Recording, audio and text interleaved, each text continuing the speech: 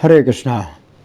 तो अभी हम भगवद गीता के 11वें अध्याय के अंतर्गत श्लोक संख्या 46 पर विचार करेंगे। किरीटिनं गदिनं चक्रहस्तं इच्छामि त्वां द्रष्टुमहं तथैव तेनैव रूपेण चतुर्भुजेन सहस्रबाहो भव विश्वमूर्ते। तो यहाँ पर अर्जुन कह रहे हैं कि हे विश्वमूर्ति, हे सहस्त्रबाहु, मैं जो है अब आपको चतुर्भुज रूप में देखना चाहता हूँ। कैसा चतुर्भुज रूप?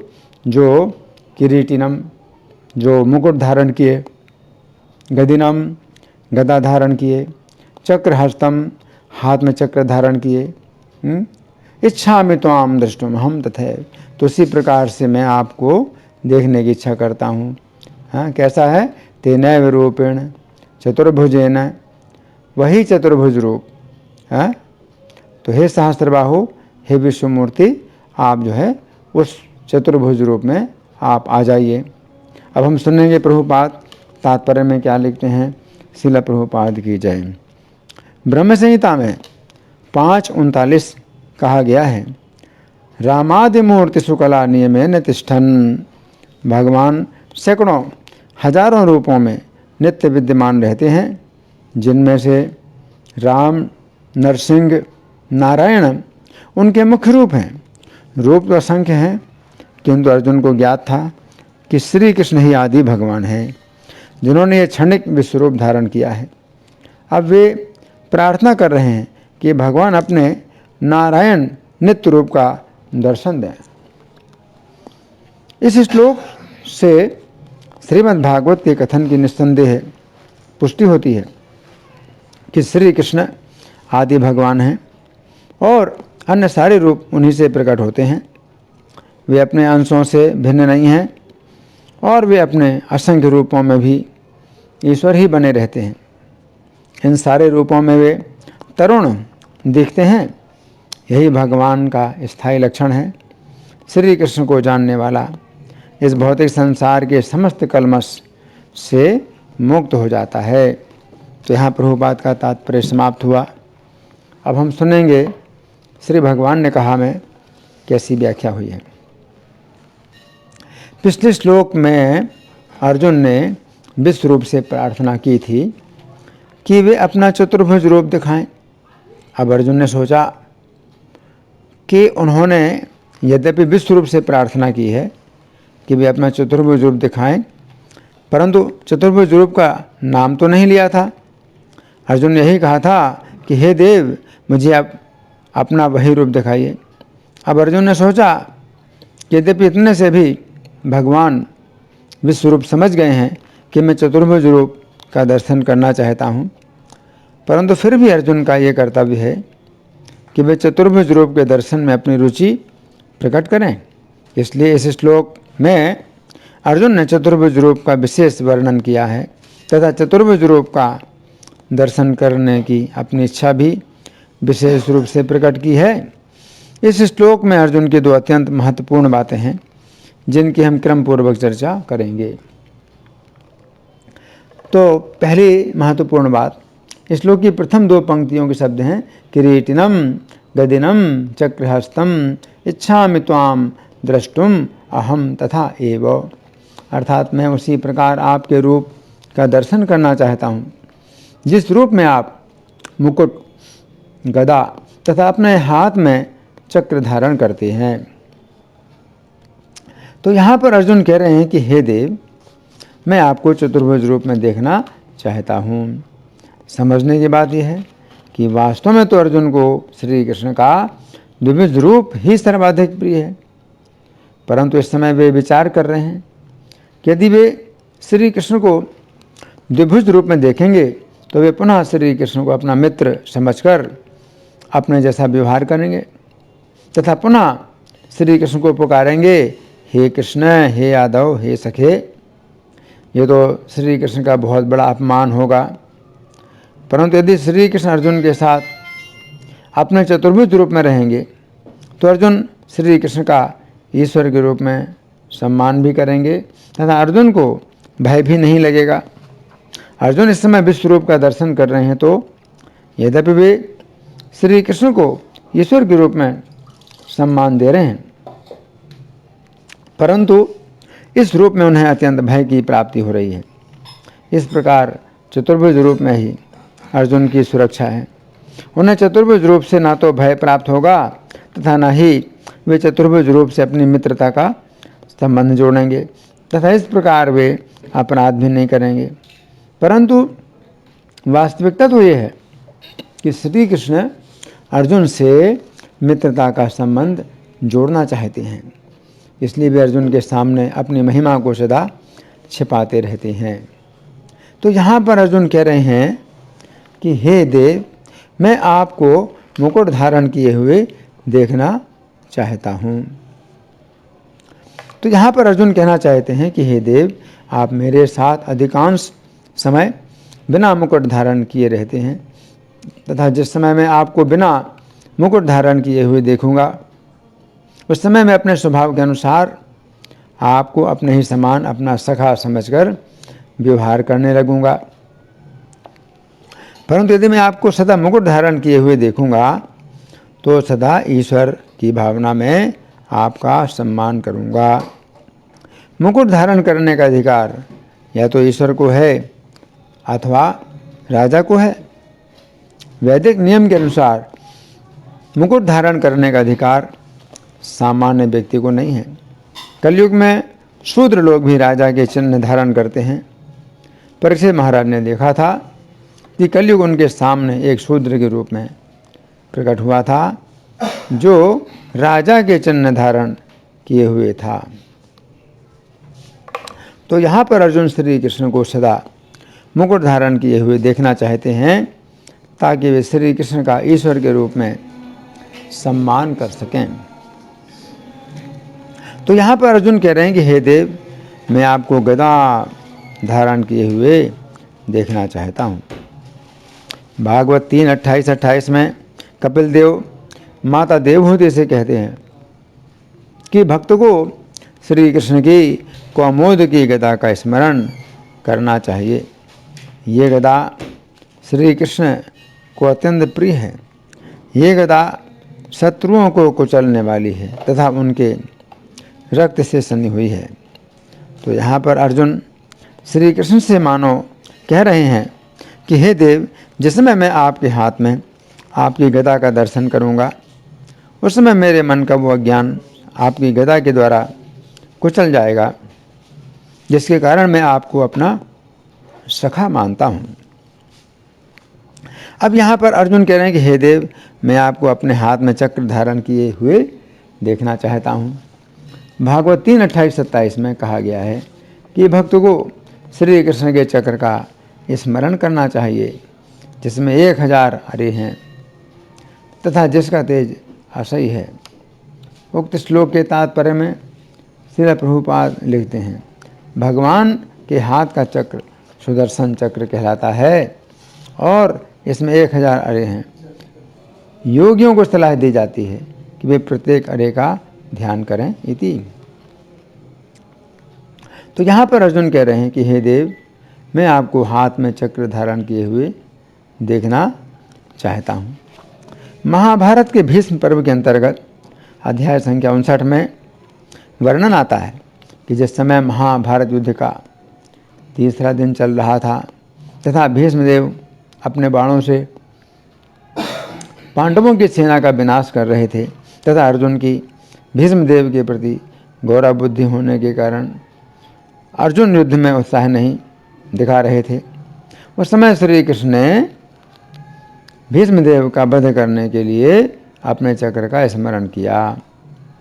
चिंतन करने मात्र से ही वो चक्र स्वयं उनके हाथ में आ गया। श्री कृष्ण की सुंदर भुजा रूप नाल से सुशोभित वह सुदर्शन चक्र कमल के समान शोभा पा रहा था। उसके किनारे छुरे के समान तीक्ष्ण थे, वही मानो उस कमल के सुंदर दल हों। भगवान को चक्र लिए अपनी ओर वेगपूर्वक आते देख भीष्मदेव उस समय तनिक भी भय ना करते हुए श्री कृष्ण का आवाहन करते हुए बोले, आइए आइए, हे देवेश्वर, हे जगन्नावास, आपको नमस्कार है। हाथ में चक्र लिए आए हुए माधव, सबको शरण देने वाले नाथ, आज युद्ध भूमि में बलपूर्वक मुझे गिराइए। आपके इस आक्रमण से तीनों लोकों में मेरा गौरव बढ़ गया है। तो यहाँ पर अर्जुन श्री कृष्ण के हाथ में चक्र लिए हुए दर्शन करना चाहते हैं। तो यहाँ पर अर्जुन तथा एव शब्दों का प्रयोग कर रहे हैं। तथा शब्द का अर्थ है उसी प्रकार, तथा एव शब्द का अर्थ है निश्चित रूप से। इस प्रकार तथा एव इन दोनों शब्दों का अर्थ हुआ उसी प्रकार, निश्चित रूप से। तो अर्जुन कह रहे हैं कि हे देव, मैं उसी प्रकार आपके चतुर्भुज रूप का दर्शन करना चाहता हूँ। तो यहाँ पर अर्जुन इसी बात का संकेत कर रहे हैं कि श्री कृष्ण ने जिस समय अर्जुन को अपना विश्वरूप दिखाया था, उस समय पहले अपना चतुर्भुज रूप दिखाया था, तथा बाद में उनके भुजाओं की संख्या बढ़ती हुई अनंत हो गई। अब दूसरी महत्वपूर्ण बात क्या है? इस श्लोक की अंतिम दो पंक्तियों के शब्द हैं, तेन एव रूपेण चतुर्भुजेन सहस्रबाहु भव विश्वमूर्ते। अर्थात हे सहस्रबाहु, हे विश्वमूर्ते, आप अपने उसी चतुर्भुज रूप में आ जाइए। तो यहाँ पर अर्जुन श्री कृष्ण को सहस्रबाहु के नाम से संबोधित कर रहे हैं। सहस्त्र का अर्थ है हजार तथा बाहु शब्द का अर्थ है भुजा। इस प्रकार सहस्त्रबाहु शब्द का अर्थ हुआ ऐसा व्यक्ति जिसकी 1000 भुजाएं हैं। श्लोक संख्या 19 में अर्जुन ने श्री कृष्ण के लिए अनंत बाहु शब्द का प्रयोग किया था। इस बात से पता चलता है श्री कृष्ण की वन्यताई, क्षमा करें, इस बात से पता चलता है कि श्री कृष्ण की पहले जो अनंत भुजाएं थीं, वे भुजाएं अब 1000 ही रह गई हैं। श्री कृष्ण अर्जुन को भयभीत करने के लिए अपना विश्वरूप नहीं दिखा रहे हैं, वे तो अर्जुन को प्रसन्न करने के लिए ही अपना विश्वरूप दिखा रहे हैं। इस समय श्री कृष्ण अर्जुन की इच्छा के अनुसार अपने विश्वरूप को समेट ले रहे हैं, परंतु वे इस प्रकार समेट रहे हैं कि पता न चले, परंतु उनका विश्वरूप 1000 भुजाओं से 4 भुजाओं की ही दिशा में बदल रहा है। तो यहाँ पर अर्जुन श्री कृष्ण को विश्वमूर्ति के नाम से संबोधित कर रहे हैं। विश्वमूर्ति शब्द का अर्थ है ऐसा व्यक्ति जिसके शरीर में संपूर्ण विश्व समाया हुआ हो। भागवत 11:2-41 में कहा गया है कि भक्त को चाहिए कि आकाश, अग्नि, वायु, जल, पृथ्वी, सूर्य तथा दिशाएं, वृक्ष, नदियाँ, समुद्र, ये सभी भगवान के शरीर हैं तथा इन वस्तुओं को भी नमस्कार करना चाहिए। इस संबंध में श्रील मध्वाचार्य ने हरिवंश से एक ऐसा श्लोक प्रस्तुत किया है जिसका अर्थ है, चूँकि हर वस्तु भगवान हरि के नियंत्रण में है, अतएव हर वस्तु को उनका शरीर माना जाता है। वे हर वस्तु के आदि स्रोत तथा स्वामी हैं, अतएव उनसे पृथक रूप में कुछ भी नहीं देखना चाहिए। इतने पर भी किसी को मूर्खतावश ये नहीं सोचना चाहिए कि भौतिक जगत तथा श्री कृष्ण के आध्यात्मिक शरीर में कोई अंतर नहीं है। ये जगत श्री कृष्ण की शक्ति का रूपांतर है, इसलिए इस जगत की प्रत्येक वस्तु एक प्रकार से भगवान के निजी शरीर से सीधे संबंधित है। तो यहाँ पर इस बात पर बल दिया गया है कि हमें विश्व रूप की प्रत्येक वस्तु को भगवान की शक्ति मानकर प्रणाम करना चाहिए। तो यहाँ पर अर्जुन श्री कृष्ण के चतुर्भुज रूप का दर्शन करना चाहते हैं। भागवत 3:28-17 में कहा गया है कि श्री कृष्ण का प्रत्येक रूप शाश्वत रूप से अत्यंत सुंदर है और प्रत्येक लोक के समस्त वासियों के द्वारा पूजित है। वे चिर युवा रहते हैं और अपने भक्तों को वर देने के लिए सदैव उत्सुक रहते हैं। उक्त श्लोक के तात्पर्य में श्रील प्रभुपाद लिखते हैं कि भगवान प्रत्येक जीव के प्रत्येक प्राणी द्वारा पूज्य हैं इस भौतिक जगत में तथा वैकुंठ में भी असंख्य लोक हैं। इन लोकों में से हर एक में असंख्य वासी हैं जो भगवान की पूजा करते हैं, क्योंकि निर्विशेषवादियों को छोड़कर वे अन्य सबों के द्वारा पूज्य हैं। परमेश्वर अति सुंदर हैं। ऐसा नहीं है कि वे भक्तों को तो सुंदर लगते हैं किंतु अंततः निराकार हैं। ये सौंदर्य तो ये भगवान का सौंदर्य है। ये सौंदर्य क्षणिक नहीं है, ये चिरस्थायी है। वे चिर युवा रहते हैं।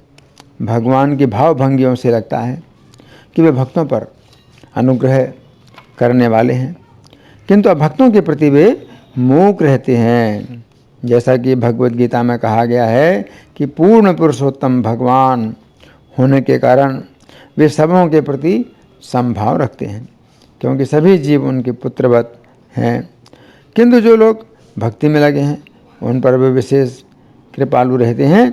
इसीलिए भक्तों को वर देने के लिए वे सदैव आतुर रहते हैं।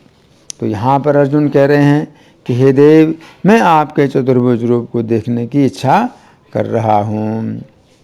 इस श्लोक के बंगाली पद्यानुवाद में श्रील प्रभुपाद लिखते हैं, चतुर्भुज जे स्वरूप देखी बारे जे इच्छुक शंख चक्र गदा पद्मधारी ये विष्णु स्वरूप हाथे विश्वरूप ए विश्वेते हव से सहस्र बाहु धारी। तो यहाँ पर अर्जुन श्री कृष्ण से कह रहे हैं शंख चक्र गदा पद्मधारी, अर्थात हे देव, मैं आपके चतुर्भुज रूप का दर्शन करना चाहता हूँ, जिस रूप में आप अपनी चार भुजाओं में शंख चक्र गदा तथा पद्म धारण किए हुए हैं।